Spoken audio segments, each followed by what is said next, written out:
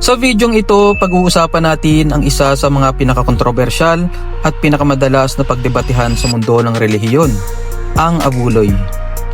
Bakit nga ba nanghihingi ng abuloy ang mga simbahan? Saan napupunta ang mga perang ito? At ano ang pananaw ng iba't ibang relihiyosong grupo tungkol dito? Alamin natin. Ngunit bago tayo magsimula, huwag kalimutang mag-like at mag-subscribe dahil malaking tulong ito sa ating channel. Isa sa mga personalidad na madalas na iuugnay sa usapin ng abuloy ay si Brother Eli Soriano. Sa marami niyang pangangaral noong siya ay nabubuhay pa, madalas niyang talakayin ang tungkol sa pagbibigay ng abuloy at ang pananagutan ng mga relihiyosong organisasyon sa paggamit ng mga pondong natatanggap nila. Dahil dito, naging bahagi siya ng mas malawak na usapan tungkol sa transparency, pananagutan at wastong paggamit ng mga donasyon. Ngunit bago tayo bumuo ng anumang opinyon, mahalagang maintindihan muna kung ano nga ba ang abuloy at bakit ito naging bahagi sa maraming relihiyon sa loob ng napakahabang panahon. Sa Pilipinas at maging sa iba't ibang bahagi ng mundo, maraming simbahan at relihiyosong organisasyon ang tumatanggap ng abuloy o donasyon mula sa kanilang mga miyembro. Kabilang dito ang Catholic Church, Iglesia ni Cristo, Jehovah's Witnesses, Mormons, at marami pang ibang protestanteng denomination at independent churches.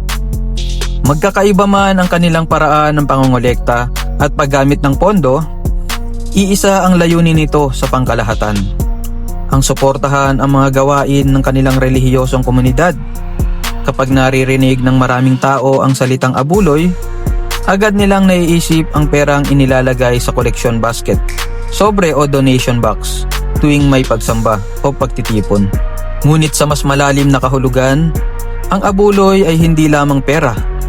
Maaari rin itong maging pagkain, kagamitan, oras, serbisyo o anumang kusang loob na kontribusyon para makatulong sa gawain ng isang organisasyon o komunidad. Kung iisipin natin, ang isang simbahan ay may mga gastusin din tulad ng ibang organisasyon. Kailangan nitong magbayad ng kuryente, tubig, internet, maintenance ng gusali, paglilinis ng pasilidad, pagkukumpuni ng mga sirang kagamitan, at iba pang regular na gastusin. Habang lumalaki ang isang kongregasyon, mas lumalaki rin ang mga pangangailangan nito. Isipin natin ang isang simbahan na may libo-libong miyembro. Kada linggo ay may paggamit ng ilaw, sound system, air conditioning, upuan, banyo at iba pang pasilidad. Ang lahat ng ito ay nangangailangan ng pondo upang mapanatili sa maayos na kalagayan. Bukod sa mga gastusin sa gusali, marami ring simbahan ang nagsasagawa ng iba't ibang programa para sa kanilang mga miyembro at komunidad. May mga feeding program para sa mga mahihirap, relief operations para sa mga biktima ng bagyo at kalamidad, medical missions, scholarship, at iba pang gawaing pangkawang gawa. Sa maraming pagkakataon, ang perang ginagamit sa mga programang ito ay nagmumula rin sa mga voluntaryong donasyon ng mga miyembro.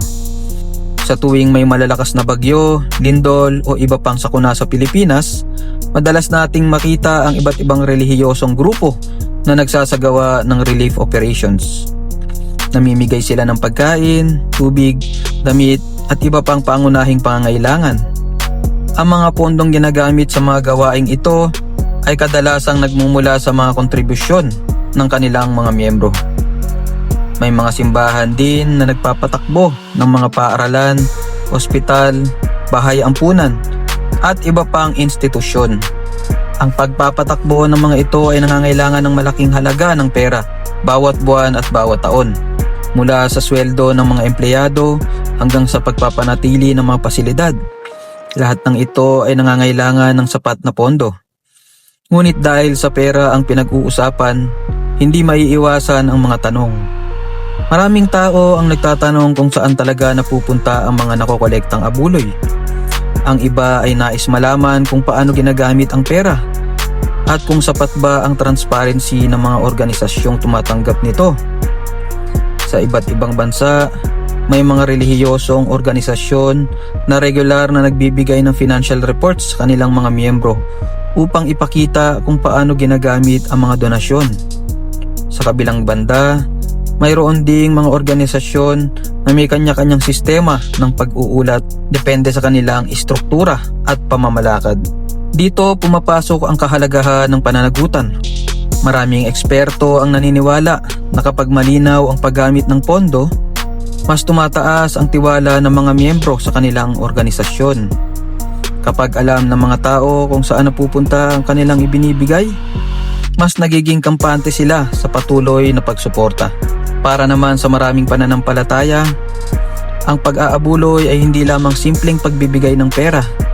Para sa kanila, ito ay isang paraan ng pagpapakita ng pasasalamat, pananampalataya at pagsuporta sa mga gawain ng kanilang relihiyon.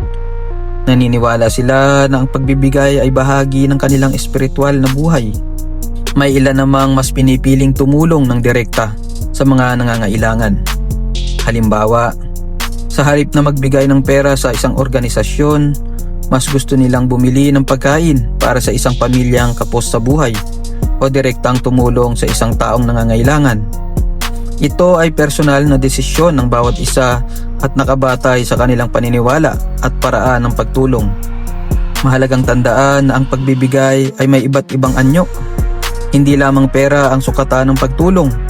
Maaaring magbigay ng oras, talento, kaalaman o serbisyo. Ang isang volunteer na naglalaan ng oras para tumulong sa komunidad ay nagbibigay rin ng mahalagang ambag kahit walang kasamang salapi. Sa paglipas ng panahon, naging bahagi na ng maraming relihiyon ang sistema ng pagbibigay upang masuportahan ang kanilang mga gawain. Ngunit kasabay nito ay ang patuloy na panawagan para sa transparency, accountability at wastong paggamit ng mga pondong ipinagkatiwala ng mga miyembro. Sa huli, ang usapin ng abuloy ay hindi lamang tungkol sa pera. Ito ay tungkol sa pagtitiwala, pananagutan, paglilingkod at suporta sa komunidad. Ang pinakamahalagang tanong ay hindi lamang kung magkano ang ibinibigay, kundi kung paano ito ginagamit upang makatulong sa kapwa at makapaglingkod sa mas nakararami. Ngayon naman, gusto naming marinig ang inyong opinyon. Sa inyong palagay, ano ang pinakamahalagang dapat paglaanan ng abuloy ng isang simbahan o relihiyosong organisasyon? Ibahagi ang inyong sagot sa comment section sa ibaba. At kung nagustuhan nyo ang bidyong ito, huwag kalimutang mag-like, mag-share at mag-subscribe para sa mas marami pa makabuluhang talakayan. Maraming salamat sa panonood at magkita-kita tayo sa susunod na video.